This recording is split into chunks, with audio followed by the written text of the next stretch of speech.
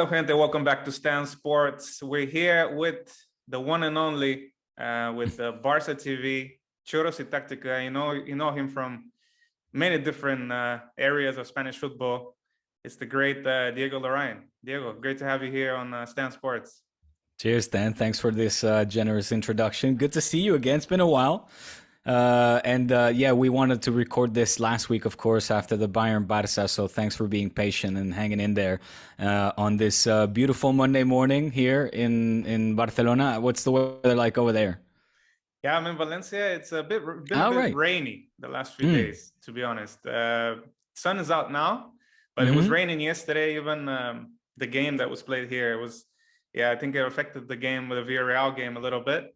And it's supposed to rain all week. So yeah, I don't know, a bit of a change of seasons. Where's your coffee, by the way? Because this is Café con Liga, as it's called, and you're supposed to have a little coffee. I didn't warn you. I've got some water. Okay, I've got a little water. That's healthier. Yes. Of course, I want to pick your brains on everything Barcelona, because it's been probably the best start of the season since 97, 98, I'm reading, and very convincing. I think surprising lots of people. But let's start first. Let's touch, because obviously the big news of this, let's be honest, the match of this round 6 in LaLiga was the Madrid derby last night. No surprises, right? I mean, Real Madrid ultimately going there, taking the win, apart from all the noise, everything that we had midweek, apart from the futbolístico, as we say. Nothing surprising, right? Nothing surprising, Stan. I was expecting a win for Real Madrid. It was the case. I was sort of hoping, of course, that this could potentially be a game where both could, sort of a banana peel for both, where they both might drop 2 points and walk away with a draw. I think that would have obviously suit Barca's interest to potentially walk into the Clásico, which is coming up very fast in halfway through October, the 16th of October, if I'm not mistaken, to walk into the Clásico as first in the league standings, because otherwise you're kind of looking at the calendar and wondering where Real Madrid can still drop points.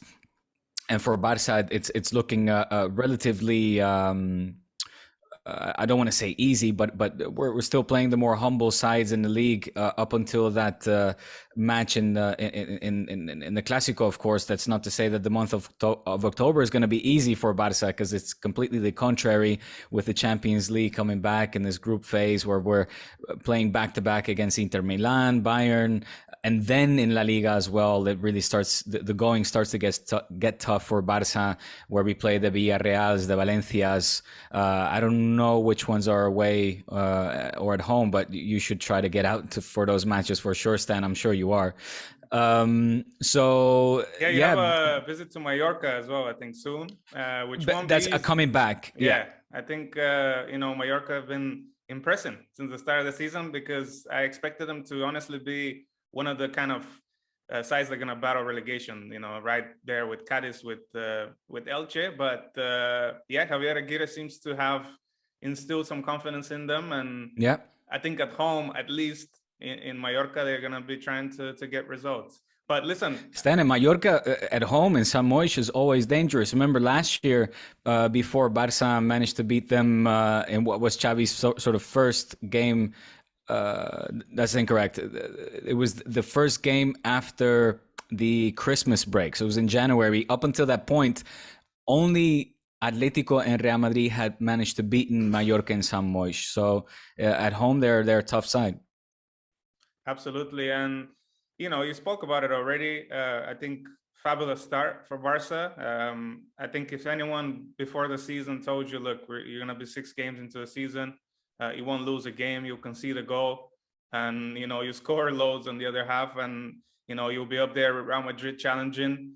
I think you would have bit my hand off, if I offered you that. And are you part of the group that's surprised a little bit by the start and by how easily the new players have gelled?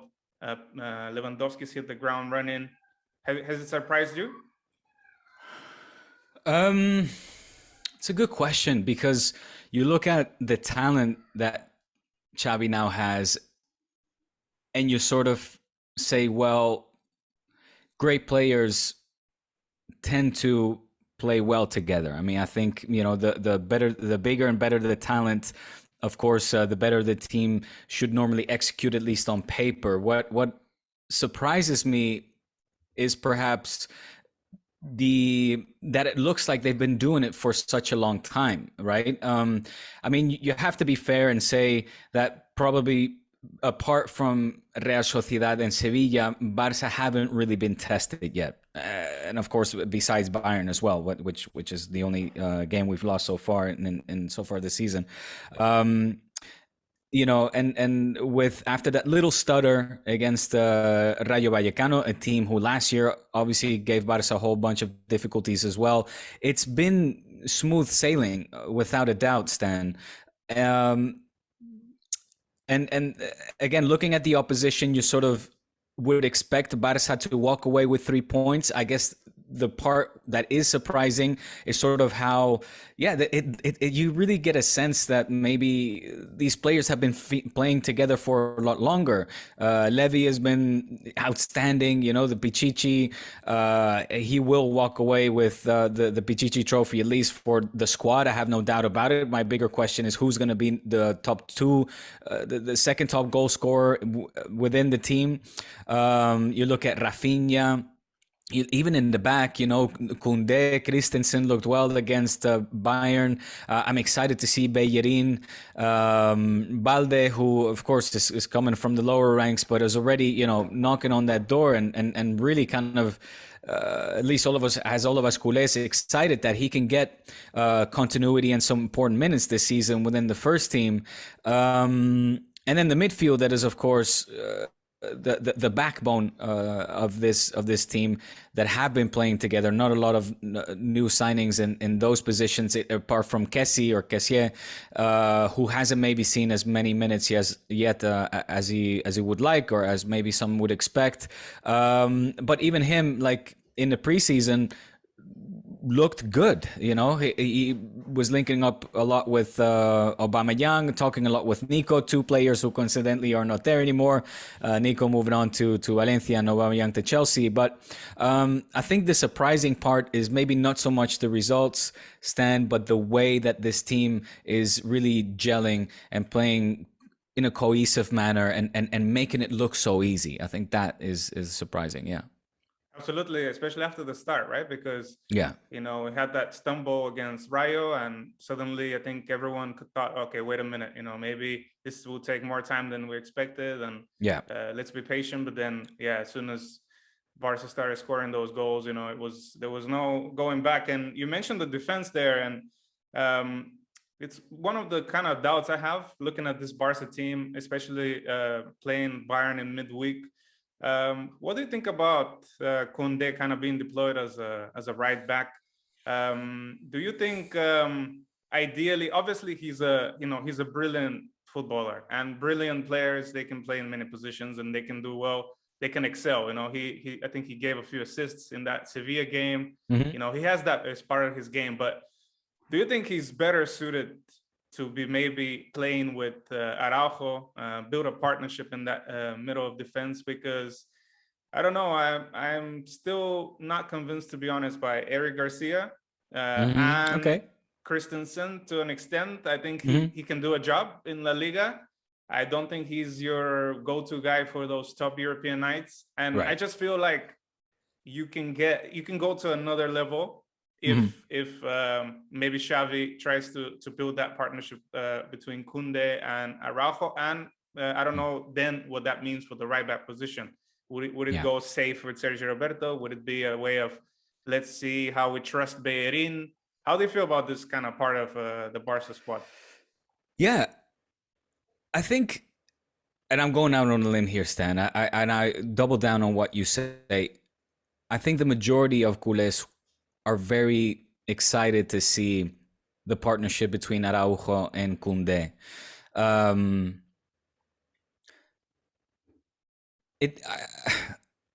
want to pause a little bit because, as opposed to you, I feel that Eddie Garcia is deserved of a starting position as well. I think that he's really grown into his own. I think he continues to blossom and excel and evolve in a very positive way under Xavi Hernandez, and kind of against all odds. You know, it's sort of been everybody's favorite pastime on Barça Twitter to kind of, you know, dig into to Eddie Garcia, making fun of him, questioning his defensive abilities. But what he's famous for, bringing the ball up, his passing abilities, and really, you know, being that focal point where the Barca offense starts with. I think also defensively, he's improved drastically. You know, I have no doubt that Lucho will call him up for the World Cup. And so it's going to be a tough and interesting task for Xavi to see, okay, who are going to be, at the end of the day, when the going gets tough and it's crunch time, who are going to be my pair, you know, my pareja for central defenders. I have a big doubt. I don't know if it's going to be Araujo and Eddie Garcia or Koundé. And here comes my other sort of doubt, is how long will you be able to keep a Koundé happy playing in that right back position when both him and Araujo are very vocal, very expressive whenever they are asked about this, to say, look, my position, my favorite position, where I play the best in, is in a central defensive spot, not in the right back position. Xavi knows this. They say, you know, word around the campfire was that Xavi was very adamant with Koundé before signing him and really kind of snatching him away from Chelsea, to say, telling him that he didn't have to worry coming to Barca, that he wouldn't be playing in that position. So far, that hasn't been the case. It's also has been reported that Chelsea, that Tuchel at the time was basically hinting towards Koundé having to fill that slot of the right back position, and that made his decision eventually a lot easier to come to Barca, to say, well, you know, I'm not going to be playing here in the right back position, so hence my preference is to Barca. How long will Xavi be able to manage, you know, his patience if he continues to play him in that right back position? I don't know. I have a big doubt when it comes to that. Do you think it's a case of, sorry to interrupt, do you think it's a case of not trusting Sergi Roberto to an extent? Or just easing Bellerin into that position. Sergio Roberto, you know, has injury problems as well. He was out now in the last match against Elche as well. He, of course, you know, he's been suffering from long-term injury, so it might have to do something with trust. Xavi is very expressive as well and very clear in press conferences when he says that when I choose my 11, it is purely based on fitness, you know, in the moment, how well they have been training and how fit they are in leading into the match. So that has nothing to do with experience or you know, some sort of hierarchy. It's based on merit. So everybody has a chance. Sergi will have a chance for sure as well to crack the starting 11. He's gotten some minutes so far in the midfield or in the right back position. So we'll see. I would like to see Bellerin be the go-to guy. You know, I would like to see Bellerin be the fixed right back, as well as on the left, a mix between Alonso and Balde. I thought that Alonso, you know, in his first minutes against Bayern, the big test was very positive indeed. Yeah, absolutely. A lot of depth for Barca all around, and big time. You know, even in defense, only one goal conceded. You know, speaking of individual awards, here's one that, you know, Ter Stegen can try to win. For the first time, surprisingly, you know, in his career, a Zamora trophy. Because Zamora, right? He's going to be right up there with Thibaut Courtois, I'm sure. But I think, yeah, there's enough depth there that Xavi can evaluate, ease in, as you said, you know, rotate and find his best four. It's just that little doubt I have. It's interesting as well, Stan, that Xavi is always very explicit when he talks about continuity. He says there will be none. He's like, players will not get continuity because I'm going to be rotating so much. You know, is that a good thing? It's a crazy year. You know, we got World Cup coming up. Exactly. It's gonna be, this month's gonna be crazy. I think after the international break, we're gonna have a game every 3 days, basically. So it's nuts. yeah, with the 5 subs as well, I think the big teams are, have advantage, and they're gonna use it to the fullest. But Exactly. speaking of going forward, I think is one area where Barca doesn't have any problems at the moment. And I think speaking of surprises, I mean, I don't think anyone expected what Lewandowski is doing. We've all seen him in the Bundesliga. We've all seen him in the Champions League. We know the type of, killer he is, as they say here. But for him to just start doing that, from basically the second game in LaLiga and scoring hat-trick in the Champions League, and what personally, I know as Barca, part of Barca TV setup, you've been close to him, probably interviewed him and seen him up close. Personally, what impressed you the most about him, kind of seeing him day to day at Barca as opposed to the occasional big night in the Champions League? I would say his humility and his ease, a very approachable person, a very kind person, takes the time to answer questions or just to have a chat, he's very imposing, he's a very tall guy, but once you get over that initial sort of, hey, wow, I'm standing next to Robert Lewandowski, he's chatty, he's nice, he's very kind. I haven't had the pleasure to officially interview him, just exchange a few words on the day of his presentation, and sort of, hung around the set to see, his mannerisms, his behavior, and just a very kind guy, humble, as I said, and generous, with his time, chill guy, chill person. You wouldn't think that this is somebody that has won literally everything that there is to be won, in world football, and genuinely seems happy as well to be here. I think there was a doubt during the summer whether this transfer was going to materialize or not. And I think the fact that it has happened, and that he is just, in playing for Barça in the city of Barcelona in a new project that's just very dynamic. The energy, the vibe right now is vibrant. It's good.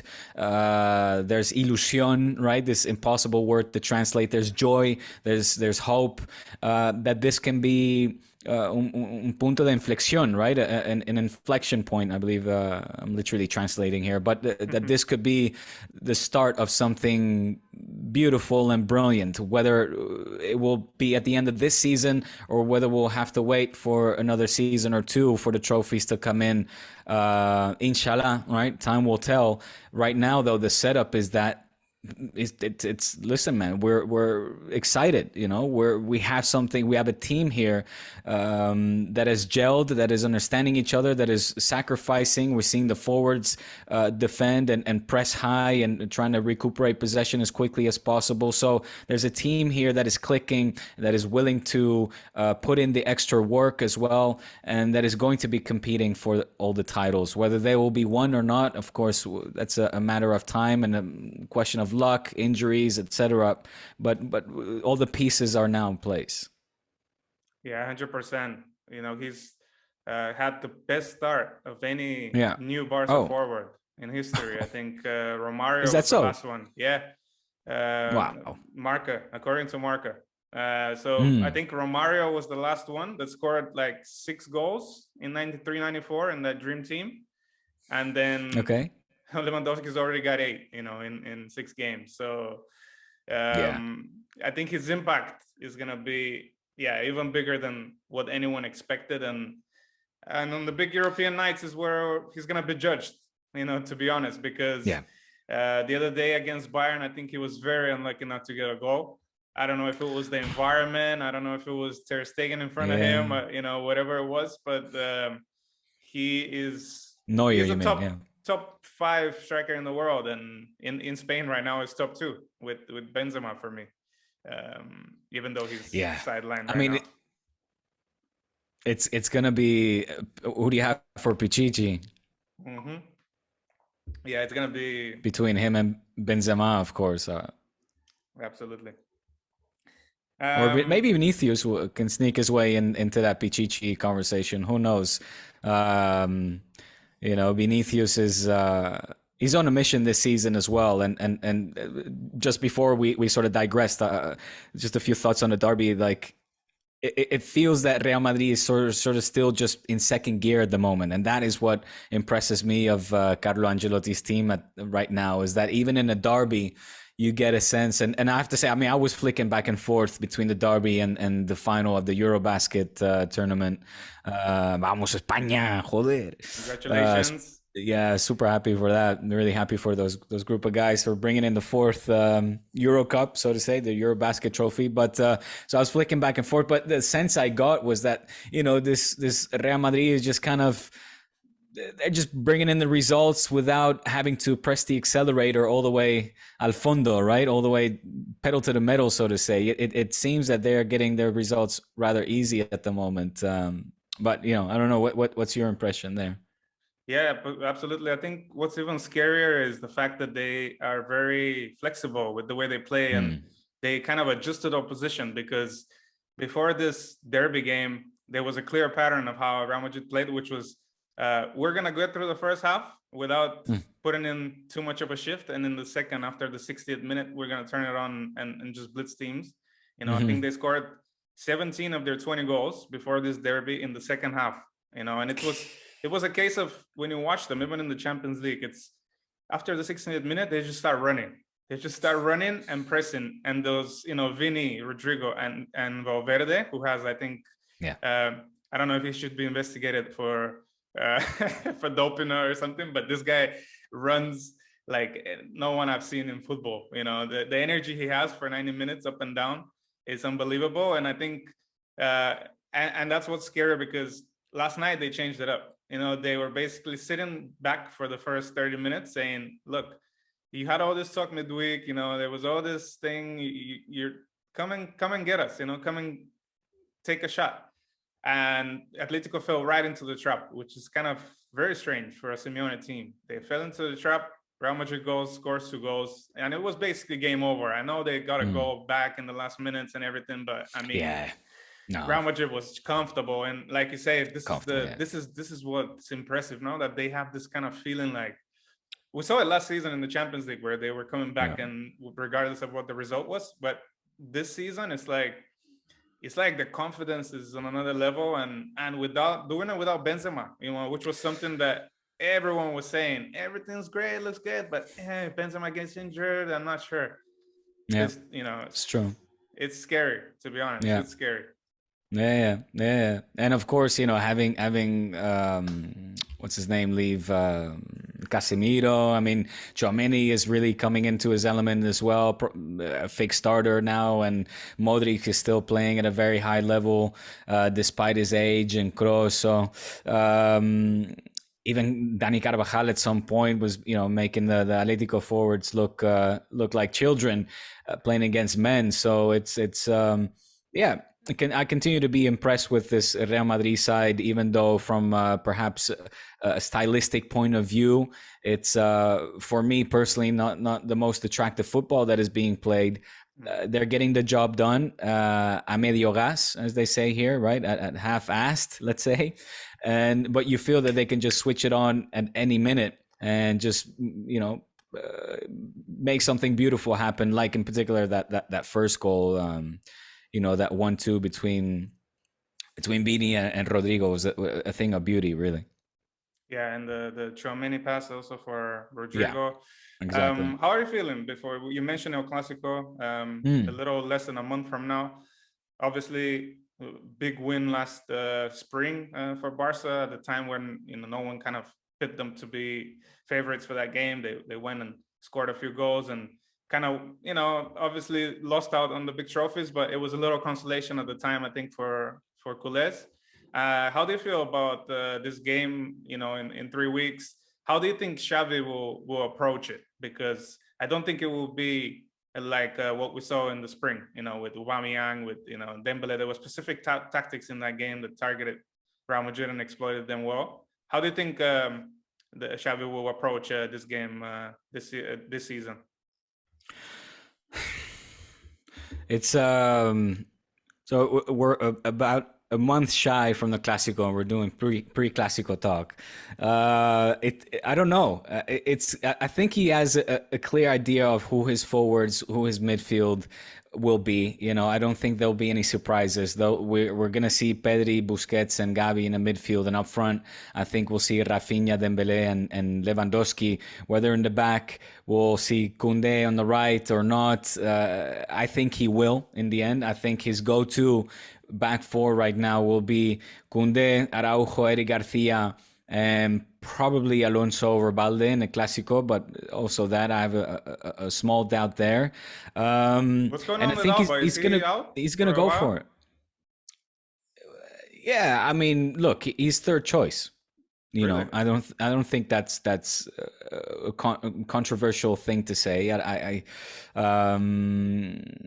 Again, going purely based on what is being reported in the papers, there's you know, some dissatisfaction behind the scenes when it comes to the playing time of Jordi Alba. And then by that I mean him personally, obviously being dissatisfied. I think it's Xavi made it pretty clear what his order is. Can he surprise us and put Jordi Alba in a Clásico? Of course. However, I would assume that he then does prioritize experience over perhaps, you know, match fitness and etc. Because right now he's made his preference pretty clear in these opening, you know, so what has it been, 6 match days plus the 2 Champions League games, and I think, you know, Balde as well is deserved of the trust that he's been given and granted by his coach already last year under Koeman in the preseason, which was really for me at least his kind of breakthrough with the first team. I had been covering him in Barça, now it is now called Barça B or Barça Athletic, and under 19 teams, the under 19s team already. But for me, that preseason under Koeman was sort of like this moment of enlightenment. Despite the fact playing against more humble teams, but I was like, okay, here we have him, right? He had just re-signed, he had just renewed his contract until 2026. Koeman was starting to use him in the preseason, and I thought, okay, this is it. This is going to be Balde's breakthrough year with the first team, and it was the complete counter opposite, right? We basically didn't see him for an entire season. Now he's his way into the first team again. He's getting a lot of minutes. I welcome this trust in these youngsters as well. We've seen it with Gavi, we've seen it with Pedri, who's still very young. We've seen it with Ansu Fati, where on who you could argue there's been maybe an excessive amount of pressure put on his shoulders for somebody that's still just a teenager. And in that case, you know, with Balde, I think the approach is being correct, but you know, it is what it is. I mean, father time. It's father time, right, Stan? Not mother. Yeah. Yes, father time. Yeah. No, and 2 assists. Catches up with everybody at some point. 2 assists on Saturday as well. So, you know, Yeah. I think he got another one in Seville. Yeah, he's a great prospect. I really like him as well. I think routine will, right? Win over the weekend, 3-0 to Elche, helped by obviously the red card to the coach as well, Francisco Rodriguez. But yeah, it was always going to be. Poor Elche. They're going to have a tough season. Any other team in La Liga kind of impressing you so far in the first 6 games?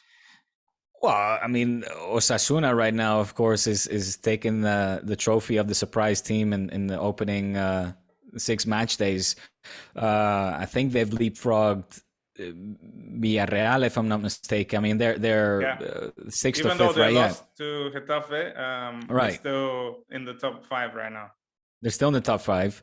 So Osasuna is a team that it has to be on your radar, you know, because of the results that they're grinding out. Abde is also there. Haven't seen too much of their games to say whether or not the impact of Abde has been significant. But, you know, with the likes of Chimi Avila, who's one of, I think, everybody's favorite striker, you know, him coming back from some very severe injuries. They signed in the summer. He's gelling well as well. Yeah, good little team. They always Good. Osasuna are always a tough nut to crack. Like whether you Yeah. home or away, you can't expect Oh, yeah.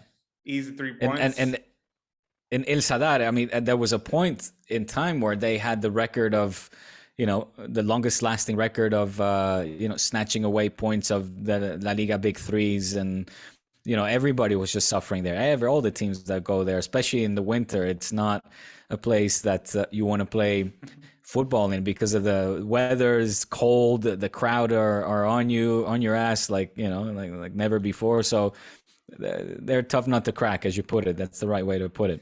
And another big Yeah. surprise, of course, but for the wrong reasons, is Sevilla. Seeing them so far down the Is it table. really a surprise though? That's the thing. They're what are they now? I mean, they're No, down. They're they are down. Yeah, on 15th, 16th. 15. But I mean, It's with what happened in the summer, you expected them to drop off, I think. Yeah, but then you always expect. Then Monchi's been doing such a great job in bringing players in, and Lopetegui and forming these players that siempre rinden. They're always able to produce and continue to fight. Amongst La Liga bigs, and to see them down in 15th, as you said, that's a surprise. It has to be a surprise, and I hope that Monchi and the Sevilla crowd will continue to be patient with Julian Lopetegui, because I think the trust has to be placed in him. He's proven that he is a good coach, but we know how these things go, Stan. We know how these things go. No, yeah, they managed to snatch a point yesterday here. I watched them against Villarreal. They were lucky to get away with a point, but you know, sometimes it's that luck you get. They've now built a momentum. They haven't lost in 3 games, counting that Champions League match as well. They kept a clean sheet in Europe. So maybe, little by little, they're going to climb up. But I do think they're going to drop out of that top 4. And a team that's going to be in there, I think it's going to be Betis, right? They started the season on fire as well. Only lost to Real Madrid away. Can't really fault them for that one.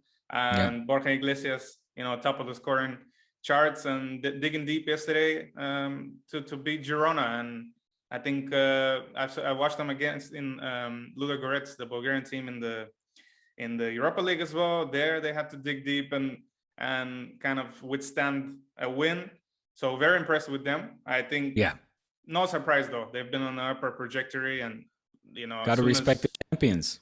Absolutely. Copa del Rey champions. So, Pellegrini has been doing a bang up job there. Also, season by season, improving on the results and the objectives getting bigger. And they need to aspire for bigger and better things. For too long, I feel has Betis been under the shadow that's been casted over them by their friendly neighbors, their city neighbors, and they want to be continue to compete for the trophies like the Copa del Rey, but also the Europa League, and try to secure Champions League spots and be up there fighting with the top 4 or 5 in the Spanish top flight, of course. And just to get your opinion, what do you think on what's happening in Valencia right now with Gennaro Gattuso? New style of play, a lot of young players, a lot of loanees, like your Nico from Barça coming here. How do you feel about them?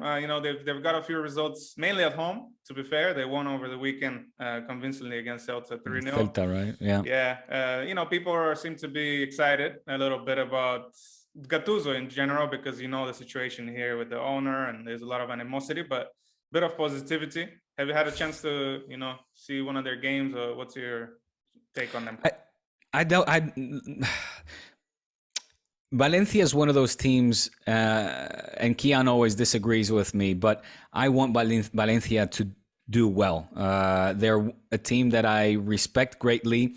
The battles, the history behind the club Valencia and the city of Valencia, the fans that are so demanding, is so big, and the respect that I have for them is so big that I want them to be a big La Liga team that continues to, strike fear in the hearts of the teams that come to visit Mestalla.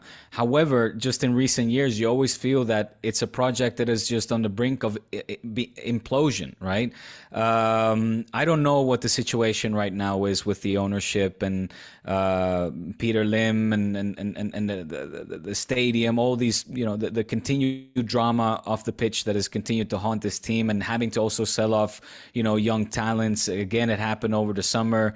We saw it, in previous seasons, prior seasons as well, of course, with Ferran Torres, who's now playing at Barça, and Soler, that now had to leave as well to PSG.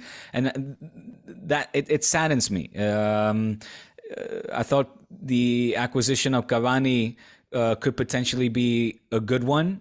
I was happy that Nico chose to join a team like Valencia, where I think he will get minutes.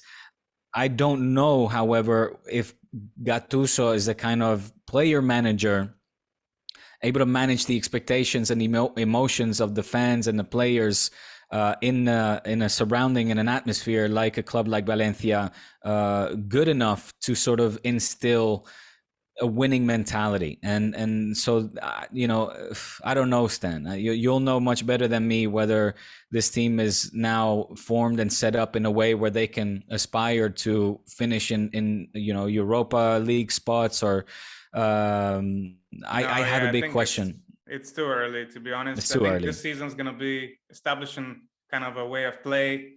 Cavani made his debut, didn't score, but he's going to help a lot, I think. But yeah, just a bit of positivity. I think there's a lot around the club right now, which is rare. Is there? For Valencia? Yeah, definitely. Okay. But listen, we got to listen a minute for this Zoom to close. So I want to thank you for your time. Thank you for joining me and talking a little bit of Spanish football. Always a pleasure. Maybe we'll have you after El Clásico. Talk a little bit what happened. For sure, Stan. Hey, the pleasure is all mine. Count on it. We'll talk post-Clásico, no doubt about it. Thank you so much, Diego. Enjoy the international break, and we'll speak soon. All right, bud. Take care.